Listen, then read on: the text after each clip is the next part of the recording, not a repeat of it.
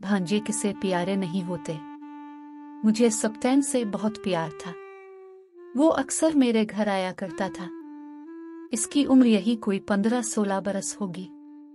बाप की वफात के बाद यही बच्चा अपनी माँ और बहन भाइयों का वाहिद सहारा था। एक दुकान पर माल लाता ले जाता, इसी की कफालत से घर चल रहा था। नौकरी में कमाने का बोझ पड़ गया, तभी बुझा बुझा रहने लगा। सप्तैन किसी को अपनी परेशानियां नहीं बताता था। वाहिद में ही थी जिसके साथ वो अपने दाके सिक शेयर करता था। मैं उसकी बातें तवज्जो से सुनती, मशवरे देती और हौसला बढ़ाती तो इसको सुकून मिल जाता। ताहम सप्तैन का हमारे घर आना जाना मेरे देवर को नापसंद था, क्योंकि इसके चचा से जमीन का तनाजुर चल रहा था और इस जमीन में सप्तैन का भी हिस्सा था। ये बड़ों के दरमियान के मसले थे। इस बच्चे की तो किसी से दुश्मनी ना थी, मगर मेरे देवर के ख्याल में ये था तो दुश्मनों ही का लड़का। लिहाजा वो जब आता मेरे देवर के तेवर बिगड़ जाते।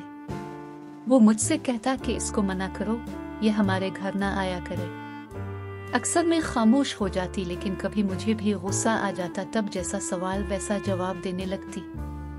एहसान कहता, भाभी अब हमारे दुश्मन को हमारे घर से खुला पिलाकर रुखसत करती हो, और मैं कहती कि तुम उनको दुश्मन समझते हो, मगर मेरी तो बहन का बेटा है, माँ और खाला में क्या फर्क है। वो मेरे पास मोहब्बत ढूंढने आता है और मैं उसकी मोहब्बत का जवाब मोहब्बत से देती हूँ, तो तुम्हारा इसमें किया जाता है। जब तक मैं इस घर में जिंदा हूँ, कोई मेरे भांजे को मेरे पास आने से नहीं रोक सकता। इस पर मीर अदियोर जल जाता था और कहता, देखना ऐसा सबक दूंगा कि आपको याद रहेगा उम्र भर। तभी सोचती यूं ही कहता है, भला ये क्या सबक देगा। ये 9 साल कब्ल की बात है, जब मेरा भानजा मेरे पास आया हुआ था और हम बैठे बातें कर रहे थे। इतने में देवर साहिब आ गए। मुझे सप्तैन के पास बैठे देखा तो सख्त बरहम हुए। खुद पर जाने कैसे कंट्रोल किया और घर से निकल गया। इस वक्त मेरी बच्ची मुनज़्ज़ा भी सप्तैन से बातें कर रही थी। बातें करते करते वो उठकर बाहर चली गई और गली में दीगर बच्चों के साथ खेल में लग गई। मैंने सप्तैन को चाय दी। चाय पीकर कहने लगा, खाला अब मैं चलता हूँ, उम्मी इंतजार कर रही होंगी। इसके जाने के बाद मुझे मुनज़्ज़ा का ख्याल आया तो मैंने इसको पुकारा, जवाब ना मिला। दरवाजे से बाहर झांका, कहीं ना थी और बच्चे भी जा चुके थे। दिल हौलने लगा। महल्ले में सब घरों में गई, 1-2 गलियों में तलाश किया, बच्ची कहीं ना थी। दिल धक से रह गया। बस फिर किया था बहुत ढूंढा, हर जगह तलाश कर लिया, मगर वो कहीं होती तो मलती। शाम से रात हो गई और रात से सुबह तलाश और इंतजार में मेरा दम लबों पर आ गया। आंखें पथराने लगी, लेकिन मुनज़्ज़ा तो ऐसी गई कि फिर इसको लूटना नसीब ना हो सका। मैं माही बेआब की तरह तड़पती थी। रुविकर शौहर के आगे हाथ जोड़ती, गिरियाजारी करती, खुदा के लिए मेरे जिगर के टुकड़े को कहीं से ढूंढ कर ले आओ।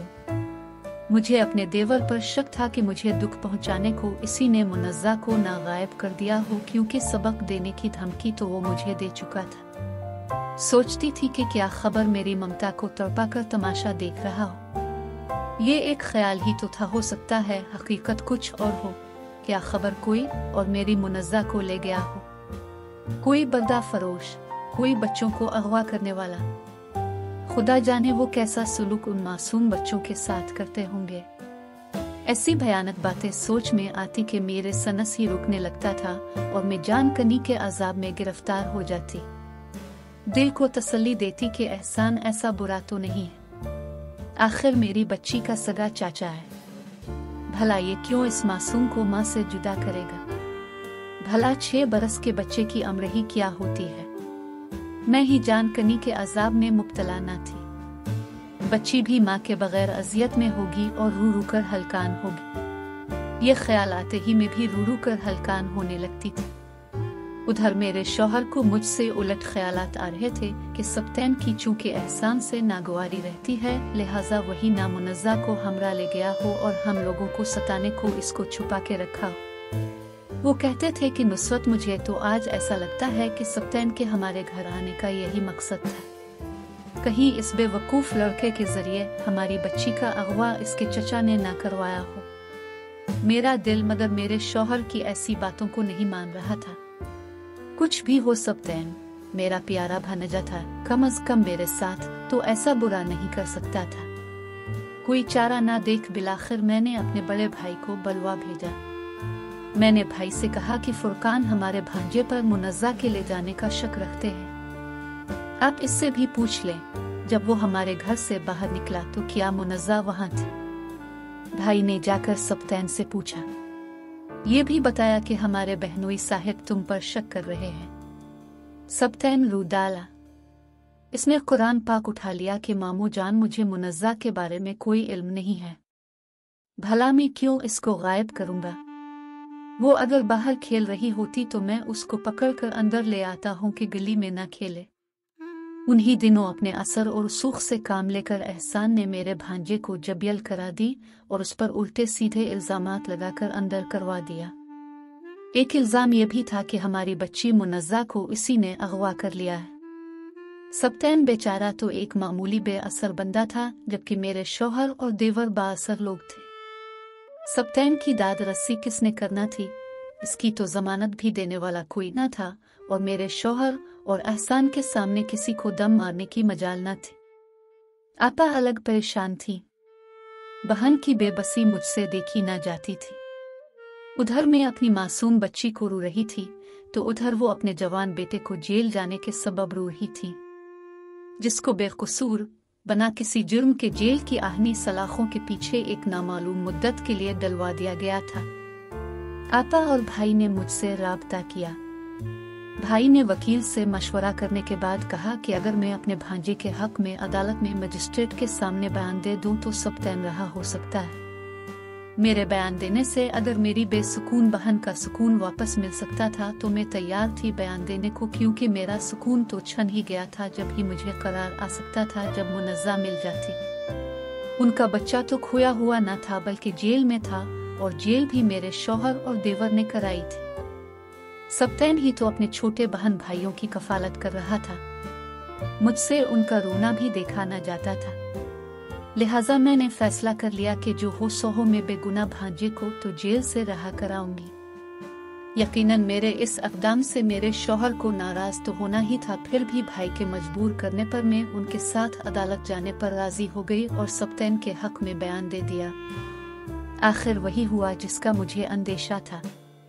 मुझे अपने घर जाना नसीब ना हुआ और अदालत से ही अपने शौहर की नाराजगी के खौफ से भाई के हमरा उनके घर चली गई। सब्तैन तो मेरे बयान देने से रहा हो गया, मगर मेरी अपनी दुनिया उजड़ गई। मैं के आ गई और मेरे शौहर की नाराजगी इंतहा को पहुंच गई।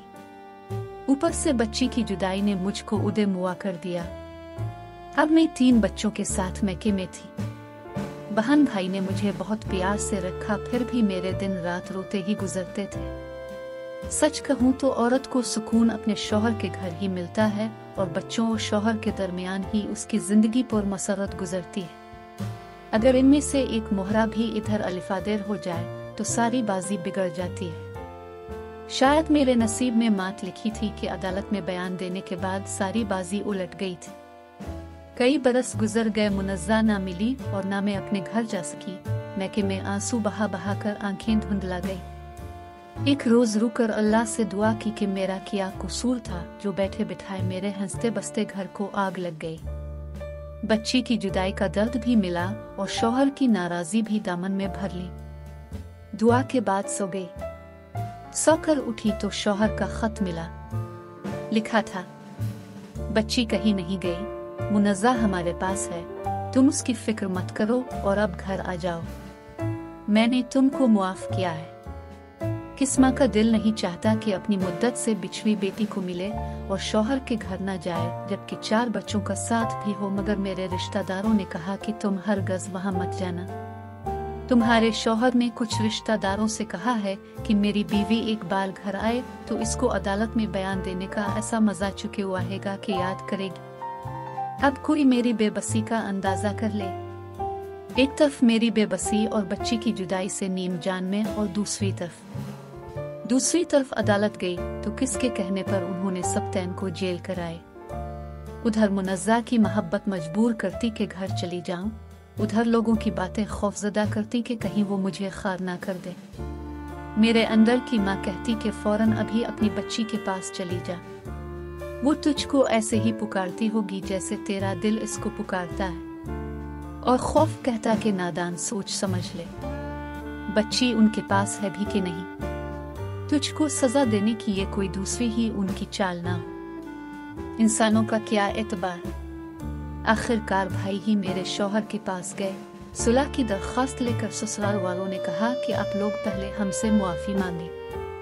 मेरे भाइयों ने कोई कसूर न होते हुए मेरी खातिर मेरे शौहर और देवर से मुआफ़ी मांगी। तब वो मुझे मेरे बच्चों के हमरा शौहर के घर लेकर गए और उन्होंने मुआफ़ किया। मैंने अपनी खोई हुई बच्ची को गले लगाया, जिसको खुद इसके बाप और चचा ने छुपा दिया था, ताकि एक मोहब्बत करने वाली माँ को अपने भांजे से मोहब्बत करने का सबक दे सकी। तो ये था मेरा कसूर। क्या कोई बताएगा कि असल कसूर किसका था, मेरा या मेरे सरताज और उनके भाई का? और मैंने मुआफ़ी किस बात की मांगी?